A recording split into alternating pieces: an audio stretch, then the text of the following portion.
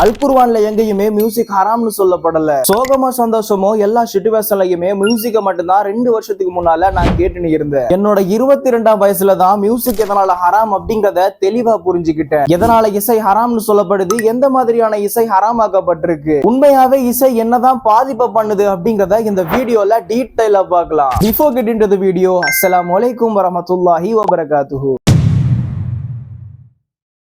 சயின்டிபிக்கலா music நம்மளோட பிரெயினுக்குள்ள என்னதான் பண்ணுது அப்படிங்கறத பார்த்தோம்னா, மனுஷனா பிறந்த நம்ம எல்லாரோட பிரெயின்குள்ளயுமே டோபமைன் அப்படின்ற ஒரு கெமிக்கல் இருக்கு. இந்த கெமிக்கலோட வேலையே நாம ஏதாச்சும் பிடிச்ச ஒரு விஷயத்த பண்ணா பிரெயின்ல உடனே ஒரு உணர்ச்சியை தூண்டி ஒரு தற்காலிகமான ஹாப்பினஸ் கொண்டு வரதுதான். நிறைய பேருக்கு படிக்க பிடிக்காது, ஆனா பாட்டு கேட்க பிடிக்கும். இதுக்கு பின்னால பாட்டை கேட்கும் போது ஹாப்பினஸ் கொண்டு வரது அந்த டோபமைன் தான். இதே மாதிரி தான் பிடிச்ச சாப்பாடை சாப்பிடும் போது, பிடிச்ச பர்சன் கூட பேசும்போதுன்னு நமக்கு பிடிச்ச எந்த ஒண்ணு பண்ணாலுமே டோபமைன் அப்படிங்கறவன் ஹாப்பினஸ் வந்து கிரியேட் பண்ணி விடுவான். அதுவே இந்த மியூசிக்கை நாம கேட்கும் போது பிடிச்ச ஒரு விஷயத்துக்கு மட்டும் ஹாப்பினஸ் தூண்டுற அந்த டோபமைன் சோகமான இசையை கேட்டா அதுக்கு ஆப்போசிட்டா ரியாக்ட் பண்ணி ஆர்டிபிஷியலா சோகத்தை இன்னும் தூண்டி விடுறான். இதனாலதான் சோகமான இசையை கேட்கும் போது சேத்துல சோத்துல அடி வாங்கின கதையில இருந்து நமக்கு நீ இல்லாம பிரிஞ்சு போன காதல் கதையை கூட ஒரு செகண்ட்ல வந்து திங்க் பண்ண வைக்குது. அதுவே ஹைப்பரான ஒரு எனர்ஜெட்டிக்கான மியூசிக்கை கேட்டா அந்த மியூசிக்கை கேட்கிற பேசனோட கை கால் நரம்பு உடம்புன்னு சொல்லி எல்லாத்துக்குமே எனர்ஜெட்டிக்கா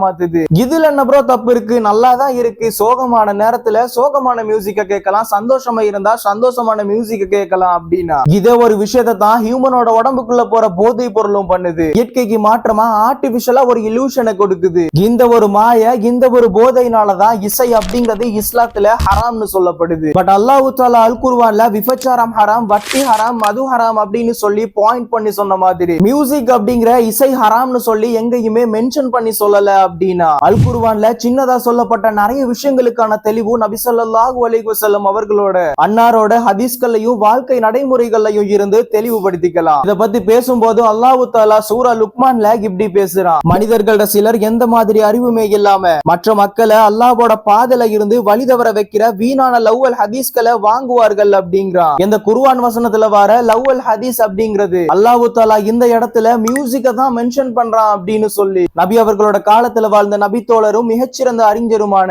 இப்னு மசூத், இப்னு அப்பாஸ் ரலியல்லாஹு அன்ஹு அவர்கள் வந்து சத்தியம் பண்ணி சொல்றாங்க. அப்படியே இந்த பாயிண்ட் ஹதீஸ்களோட பக்கம் திருப்பினா நபி ஸல்லல்லாஹு அலைஹி வஸல்லம் அவர்கள் சொல்றாங்க, என்னோட உம்மத்தில ஒரு சில கூட்டத்தினர் தோன்றுவார்கள், அவர்கள் விபச்சாரத்தையும் வட்டியையும் பட்டுவையும் இசைக்கருவிகளையும் ஹலாலாக்குவார்கள்னு சொல்றாங்க. இந்த ஒரு ஹதீஸுக்கான விளக்கத்தை மார்க்க அறிஞர்கள் சொல்லும் போது இசைக்கருவிகளை ஹலாலாக்குவார்கள் அப்படின்னா ஆல்ரெடி அந்த இசைக்கருவிகள் அப்படிங்கிறது ஹராமா இருக்கணும் அப்படிங்கறத இஸ்லாமிய சமுதாயம் தெளிவா புரிஞ்சுக்கணும் அப்படிங்கறத மென்ஷன் பண்ணி சொல்லுறாங்க.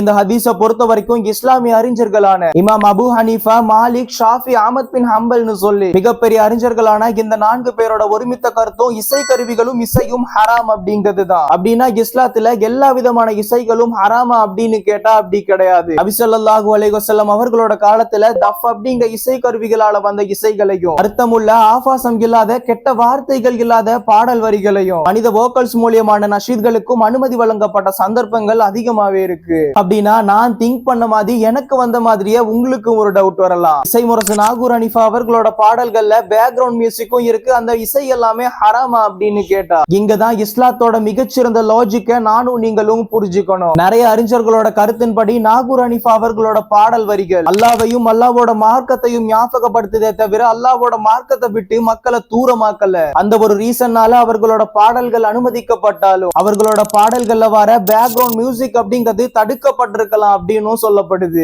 ஏன்னா இந்த ஒரு பாயிண்ட வந்து பிழையான முறையில அண்டர்ஸ்டாண்ட் பண்ண நிறைய பேர் சினிமா பாடல்கள்ல வர பேக்ரவுண்ட் மியூசிக்கு இஸ்லாமிய கீதங்களை வந்து மேக் பண்றாங்க.